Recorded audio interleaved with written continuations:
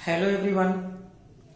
आज के वीडियो में हम लोगों को पढ़ना है इलेक्ट्रिक फील्ड और इलेक्ट्रिक पोटेंशियल में रिलेशन। हम लोग पहले पढ़ चुके हैं इलेक्ट्रिक फील्ड क्या है, यह भी पढ़ चुके हैं इलेक्ट्रिक पोटेंशियल क्या है, लेकिन अब हम लोगों को पढ़ना है कि इलेक्ट्रिक पोटेंशियल और इलेक्ट्रिक फील्ड इन दोनों में क्या रिलेशन है, क्या संबंध है। ठीक है, तो आइए देखते हैं हम लोग किस तरह से रिलेशन स्थापित करेंगे। यहां जो डायग्राम बनाया गया है अभी, ये डायग्राम रिप्रेजेंट करेगा किसी नॉन यूनिफॉर्म इलेक्ट्रिक फील्ड को। आप लोगों को पहले पढ़ाया जा चुका है कि कहीं भी इलेक्ट्रिक फील्ड लाइंस अगर बनाया गया है तो जहां इलेक्ट्रिक फील्ड लाइंस एक दूसरे के काफी निकट हो, इलेक्ट्रिक फील्ड लाइंस के बीच का जो डिस्टेंस हो बहुत कम हो, तो वहां पर इलेक्ट्रिक फील्ड का मैग्नीट्यूड अधिक होता है। और जहां इलेक्ट्रिक फील्ड लाइंस एक दूसरे से अधिक डिस्टेंस पर हो तो वहां पर इलेक्ट्रिक फील्ड का मैग्नीट्यूड कम होता है। तो यहां इलेक्ट्रिक फील्ड का मैग्नीट्यूड अधिक, यहां कम। तो जिस ऐसा इलेक्ट्रिक फील्ड जिसमें प्रत्येक पॉइंट पर इलेक्ट्रिक फील्ड का मैग्नीट्यूड इक्वल नहीं हो और प्रत्येक पॉइंट पर इलेक्ट्रिक फील्ड का डायरेक्शन भी सेम नहीं हो, ऐसे इलेक्ट्रिक फील्ड को क्या कहते हैं? नॉन यूनिफॉर्म इलेक्ट्रिक फील्ड कहते हैं। यहां जो एग्जांपल दिया गया है, जो डायग्राम बनाया गया है, ये डायग्राम रिप्रेजेंट करेगा किसी नॉन यूनिफॉर्म इलेक्ट्रिक फील्ड को। तो नॉन यूनिफॉर्म इलेक्ट्रिक फील्ड में दो पॉइंट हम लोग सबसे पहले लें, एक पॉइंट यहां Q और एक दूसरा पॉइंट P। Q से P तक जाने के लिए पाथ का सिलेक्शन कर रहा हूं मैं। ये पाथ किसी भी तरह का हो सकता है, ये डिपेंड करता है कैलकुलेशन करने वाले की सुविधा पर। ठीक है, ये पाथ हो गया। अब क्या करना है पाथ लेने पर? Q से P की ओर एक पॉजिटिव टेस्ट चार्ज को लेकर जाना है। फील्ड में जब लेकर जाएंगे तो इलेक्ट्रिक फील्ड के द्वारा इस पॉजिटिव टेस्ट चार्ज पर फोर्स एक्सर्ट होगा। यहां पर फील्ड का डायरेक्शन, इलेक्ट्रिक फील्ड लाइन के किसी भी पॉइंट पर इलेक्ट्रिक फील्ड का डायरेक्शन उस पॉइंट से ड्रॉ किए गए टेंजेंट के एलॉन्ग होता है। आप लोग पढ़ चुके हैं। तो यहां इलेक्ट्रिक फील्ड का डायरेक्शन दिखाना है। फील्ड लाइन के लिए एक टेंजेंट ड्रॉ करेंगे, ये हो गया ई वेक्टर, पॉजिटिव चार्ज है, जिधर फील्ड उधर लगेगा electric force.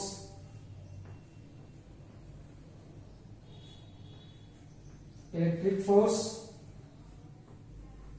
Charge into electric field.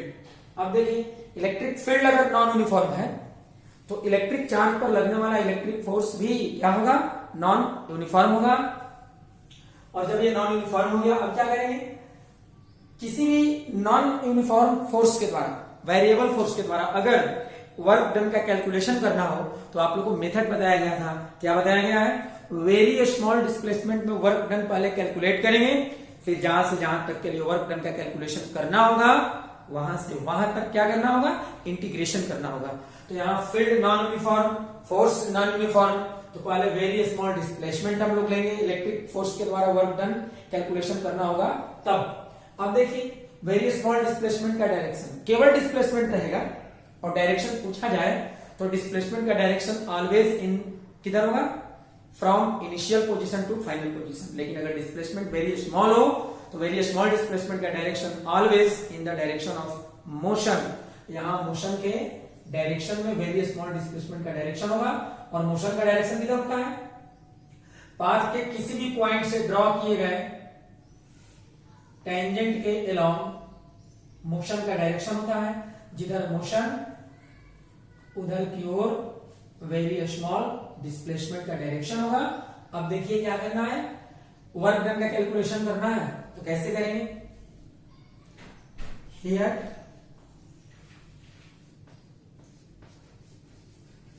The work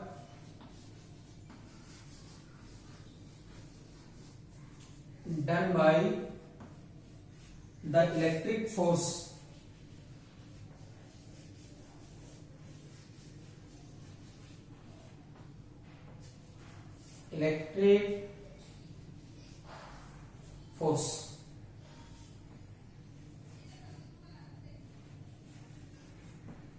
during a very small displacement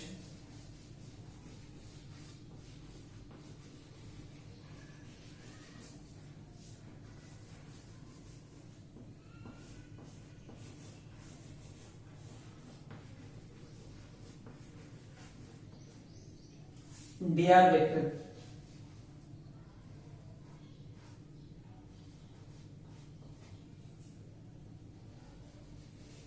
of the positive test charge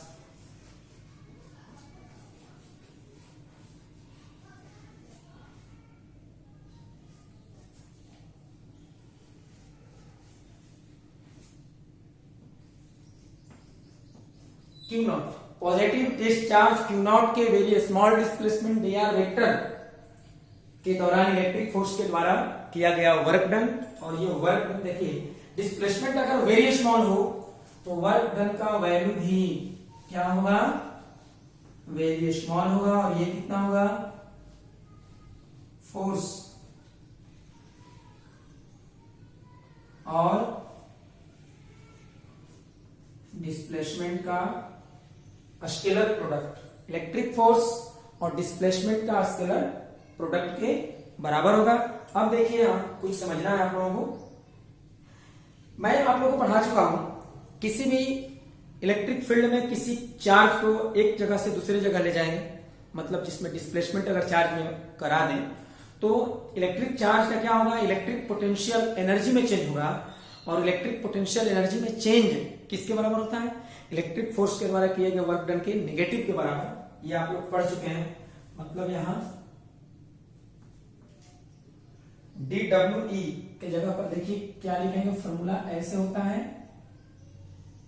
change in electric potential energy equal to minus dWe। जब work done very small तो electric potential energy का change भी क्या होगा, very small होगा। तो यहां हो जाएगा dWe के स्थान पर लिख सकते हैं माइनस du, और ये Fe की जगह पर क्या होगा, Q naught into E vector dot dr vector. इसके बाद du, change in electric potential energy, इसके बारे में एक और कैलकुलेशन करने का तरीका बताए थे। अगर एक पॉइंट से दूसरे पॉइंट तक किसी चार्ज को ले जाए, इलेक्ट्रिक पोटेंशियल एनर्जी का चेंज फाइंड करना हो तो सबसे पहले क्या करेंगे, एक पॉइंट से दूसरे पॉइंट तक ले जाने के दौरान इलेक्ट्रिक पोटेंशियल का चेंज फाइंड करेंगे और इलेक्ट्रिक पोटेंशियल के चेंज में चार्ज से मल्टीप्लाई करेंगे तो इलेक्ट्रिक पोटेंशियल एनर्जी का चेंज क्या कैलकुलेशन हो जाएगा। तो यहां हो जाएगा, देखिए कैसे, change in electric potential energy equal to charge into change in electric potential. तो minus Q naught into dV, यहां से Q naught into E vector dot dr vector, Q naught cancel, तो यहां dV equal to minus E vector dot dr vector. ये तो आप लोगों को मैं पहले ही बता चुका हूं।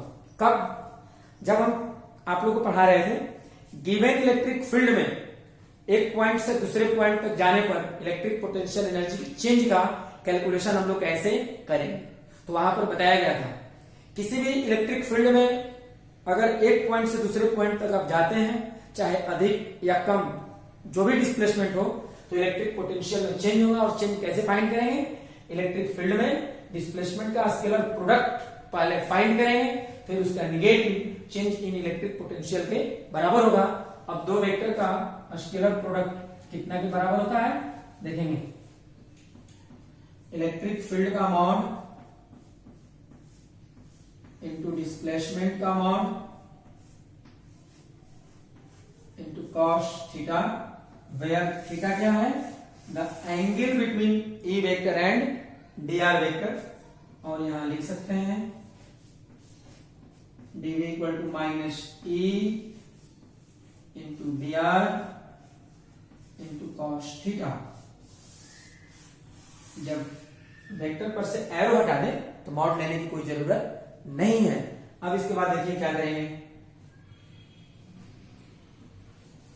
आप लोगों को पढ़ाया गया है कभी भी अगर दो वेक्टर का स्केलर प्रोडक्ट फाइंड करना हो तो क्या करेंगे। स्केलर प्रोडक्ट फाइंड करने के लिए दोनों में से किसी भी एक वेक्टर का पहले मैग्नीट्यूड ले लेंगे, कोई भी एक वेक्टर हो।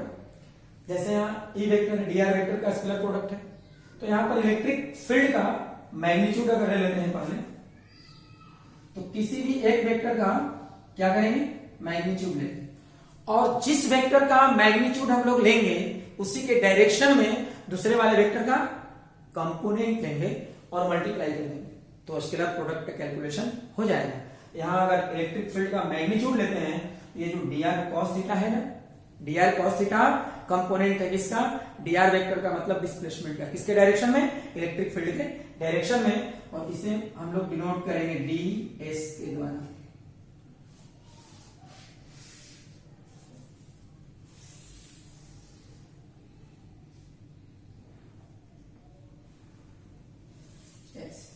dv equal to minus A into ds। अब देखना है यहां where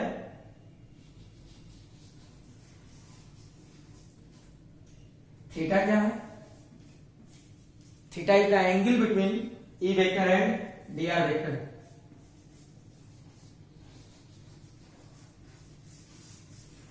the angle between a vector and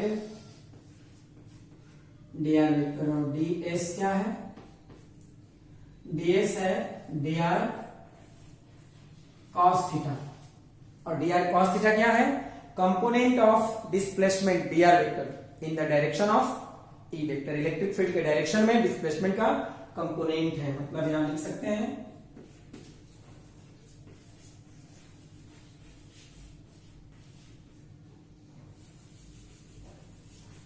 the component of dr vector in the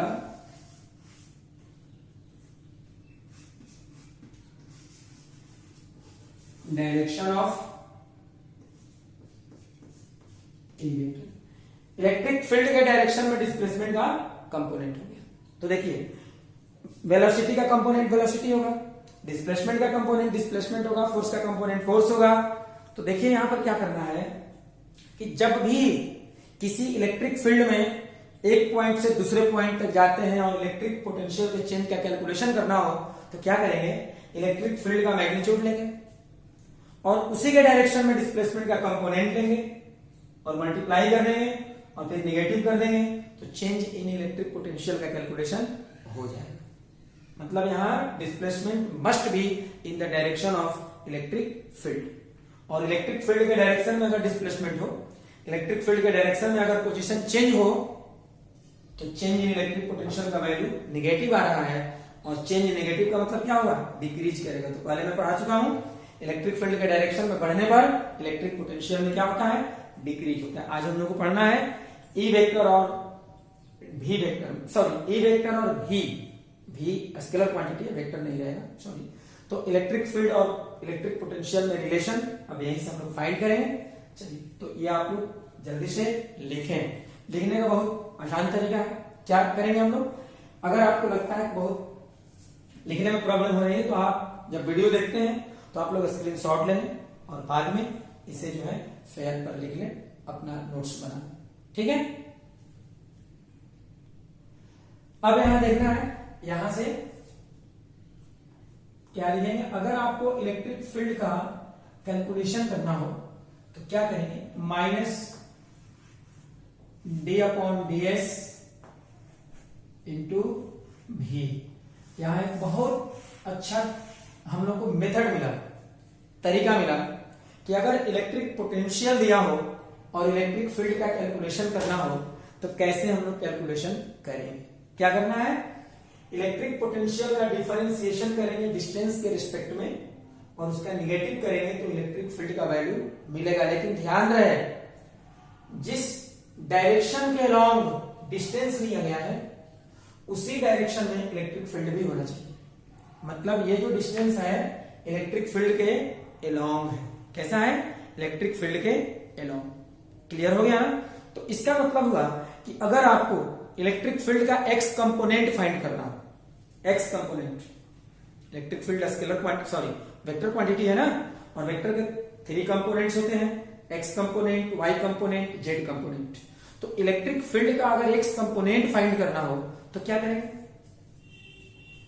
अगर ई एक्स फाइंड करना हो तो minus D upon D X into V. मैं अभी तुरंत बताया हूं कि जिस डायरेक्शन में डिस्टेंस आप लेते हो उसी डायरेक्शन में इलेक्ट्रिक फील्ड भी मिलेगा। याद रहे, पोटेंशियल का डिफरेंशिएशन डिस्टेंस के रिस्पेक्ट में करना है, लेकिन जिस डायरेक्शन में डिस्टेंस लिया गया है उसी डायरेक्शन में इलेक्ट्रिक फील्ड मिलेगा। एक्स मतलब एक्स कोऑर्डिनेट, एक्स एक्सिस के अलोंग डिस्टेंस, तो इलेक्ट्रिक फील्ड भी एक्स एक्सिस के अलोंग होगा। अगर फाइंड करना हो ई वाई, इलेक्ट्रिक फील्ड का वाई कंपोनेंट मतलब वाई डायरेक्शन में फील्ड, तो क्या करेंगे? पोटेंशियल का डिफरेंशिएशन वाई के रिस्पेक्ट में करेंगे और निगेटिव कर देंगे। और इजेड फाइंड करना हो तो minus D upon D Z into V. लेकिन आप लोग यहां एक बात ध्यान देना है आप लोगों को, इलेक्ट्रिक पोटेंशियल एक ऐसा फिजिकल क्वांटिटी है जो eight the same time more than one variable पर डिपेंड करेगा। इलेक्ट्रिक पोटेंशियल एक ही साथ एक्स एक्सिस पर मतलब एक्स कोऑर्डिनेट पर डिपेंड कर सकता है, वाई कोऑर्डिनेट पर डिपेंड कर सकता है और जेड कोऑर्डिनेट पर डिपेंड कर सकता है। तो आप लोग क्वेश्चन करेंगे कि अगर electric potential at the same time X coordinate, Y coordinate और जेड कोऑर्डिनेट तीनों पर डिपेंड करेगा तो फिर केवल एक्स के रिस्पेक्ट में हम लोग डिफरेंशिएशन कैसे कर सकते हैं? जबकि भी फंक्शन हो गया एक्स, वाई और जेड का, मतलब भी ये फंक्शन है एक्स वाई जेड का, भी डिपेंड करेगा एक्स कोऑर्डिनेट, वाई कोऑर्डिनेट और जेड कोऑर्डिनेट पर। तो भी जब तीनों पर डिपेंड करेगा तो फिर आप केवल एक्स के रिस्पेक्ट में डिफरेंशिएशन कैसे कर सकते हैं, केवल वाई के रिस्पेक्ट में डिफरेंशिएशन कैसे कर सकते हैं और केवल जेड के रिस्पेक्ट में डिफरेंशिएशन कैसे कर सकते हैं? तो देखिए यहां हम लोग एक अलग तरह का डिफरेंशिएशन करेंगे। यहां क्या है कि जब आप x के रिस्पेक्ट में डिफरेंशिएशन करिएगा इलेक्ट्रिक पोटेंशियल का तो केवल x को वेरिएबल मानेंगे और y और z कोऑर्डिनेट को कांस्टेंट मान लेते हैं। ऐसे डिफरेंशिएशन को कहते हैं पार्शियल डिफरेंशिएशन। क्या कहेंगे? Partial differentiation. और अब तक जो हम लोग डिफरेंशिएशन पढ़े थे, जो डिफरेंशिएशन करते हैं उसे कहते हैं कंप्लीट डिफरेंशिएशन। यहां पर क्या होगा? Partial differentiation. Electric potential X coordinate, Y coordinate और जेड कोऑर्डिनेट तीनों पर डिपेंड करेगा, लेकिन जब एक्स के रिस्पेक्ट में डिफरेंशिएशन करेंगे तो केवल एक्स को वेरिएबल मानना है, वाई और जेड इन दोनों को क्या मानना है? कांस्टेंट मान लेना है। इसे कहते हैं पार्शियल डिफरेंशिएशन ऑफ भी विथ रिस्पेक्ट टू एक्स, और इसे ऐसे डिनोट करते हैं ई एक्स इक्वल टू माइनस, ऐसे लिखेंगे डेवा अपॉन डेवा एक्स, ऐसे पढ़ते हैं इंटू भी। जहां ऐसा सिंबल आप देखोगे तो इसका मतलब हुआ पार्शियल डिफरेंशिएशन ऑफ भी विथ रिस्पेक्ट टू एक्स। ठीक इसी तरह से अगर y के रिस्पेक्ट में डिफरेंशिएशन करना हो तो क्या करेंगे? केवल y को वेरिएबल मानेंगे, z और x इन दोनों को कांस्टेंट मान लेंगे और इसे कहेंगे पार्शियल डिफरेंशिएशन ऑफ भी विथ रिस्पेक्ट टू y।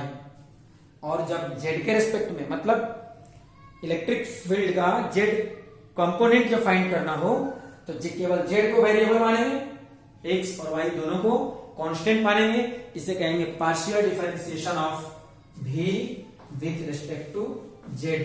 ऐसे डेवा अपॉन डेवा z इंटू भी। इस तरह से इलेक्ट्रिक फील्ड का x कंपोनेंट, y कंपोनेंट और z कंपोनेंट तीनों फाइंड करके और फिर तीनों को ऐड कर देंगे। आपको जानते हैं वेक्टर के कंपोनेंट को ऐड कैसे करेंगे? वेक्टर के x कंपोनेंट में i कैप से मल्टीप्लाई करेंगे, y कंपोनेंट में j कैप से मल्टीप्लाई करेंगे और z कंपोनेंट में k कैप से मल्टीप्लाई करेंगे। i कैप क्या है? यूनिट वेक्टर है अलोंग पॉजिटिव x एक्सिस, और जे कैप क्या है, यूनिट वेक्टर है अलोंग पॉजिटिव वाई एक्सिस, और के कैप क्या है, unit vector along positive Z axis. तो आइए हम लोग आगे देखें।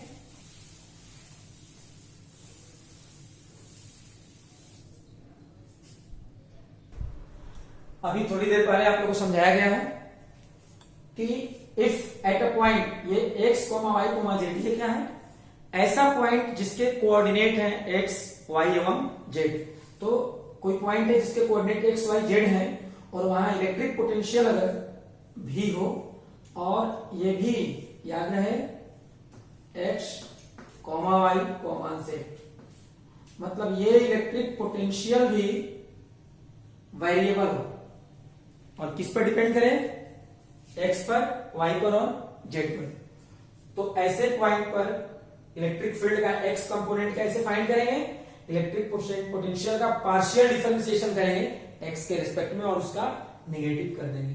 पार्शियल डिफरेंस इसको पढ़ेंगे कैसे, Ex इक्वल टू माइनस डेवा अपॉन डेवा x into v, Ey equal to minus डेवा अपॉन डेवा y इंटू v और Ez इक्वल टू माइनस डेवा अपॉन डेवा z इंटू v। याद रहे डिफरेंशिएशन करने के जो भी फॉर्मूला, जो भी नियम है, सब पहले जैसे करते थे उसी तरह से करेंगे। बस ध्यान इतना रखना है कि जब x के रिस्पेक्ट में डिफरेंशिएशन करेंगे तो केवल x वेरिएबल होगा, y और z को कांस्टेंट मानेंगे। यहाँ y के रिस्पेक्ट में जब पार्शियल डिफरेंशिएशन करेंगे तो y वेरिएबल होगा, z और x को कांस्टेंट मानेंगे, और यहाँ z के रिस्पेक्ट में जब पार्शियल डिफरेंशिएशन करेंगे तो z वेरिएबल होगा, y और x को कांस्टेंट मानेंगे। अब देखिए, जब इलेक्ट्रिक फील्ड के तीनों कंपोनेंट हम लोग प्राप्त कर लिए तो अब at that point the electric field E vector equal to, ध्यान देंगे आप लोग, E वेक्टर इक्वल टू क्या होगा, Ex into I cap plus Ey into J cap plus Ez into K cap, और इसके बाद E vector equal to I cap into minus डेवा अपॉन डेवा X into v plus J cap minus डेवा upon डेवा y into v plus K cap minus डेवा upon डेवा z into v। तो यहां फाइनली जो इक्वेशन मिलेगा हम लोगों को, A vector equal to minus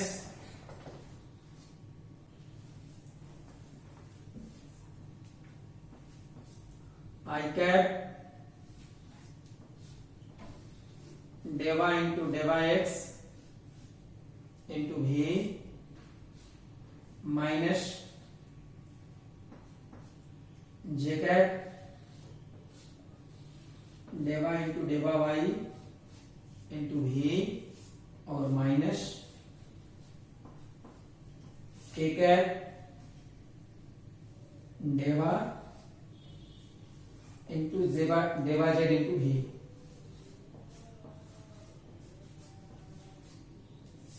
ये हो गया, तो ध्यान देंगे E vector equal to minus I cap into डेवा अपॉन डेवा X into V minus J cap into डेवा अपॉन डेवा वाई इंटू वी और माइनस के कैप इंटू डेवा अपॉन डेवा जेड इंटू वी। तो कभी भी आप लोगों को इलेक्ट्रिक फील्ड और इलेक्ट्रिक पोटेंशियल में रिलेशन फाइंड करना हो तो क्या करेंगे, इलेक्ट्रिक पोटेंशियल का डिफरेंशिएशन करेंगे, पहले पार्शियल डिफरेंशिएशन करेंगे एक्स के रिस्पेक्ट में तो Ax मिलेगा, फिर y के रिस्पेक्ट में Ey और Ez सब फाइंड करेंगे और यहां एक रिलेशन बनाएंगे। यही जो इक्वेशन है, यह इक्वेशन रिप्रेजेंट करेगा इलेक्ट्रिक फील्ड और इलेक्ट्रिक पोटेंशियल में रिलेशन। ये जो इक्वेशन मिला अभी, ये इक्वेशन रिप्रेजेंट करेगा कि इलेक्ट्रिक फील्ड और इलेक्ट्रिक पोटेंशियल में क्या रिलेशन है। तो आज हम लोग इतना ही रहने देते हैं, अब नेक्स्ट वीडियो में पुनः अगले दिन पढ़ाई करेंगे।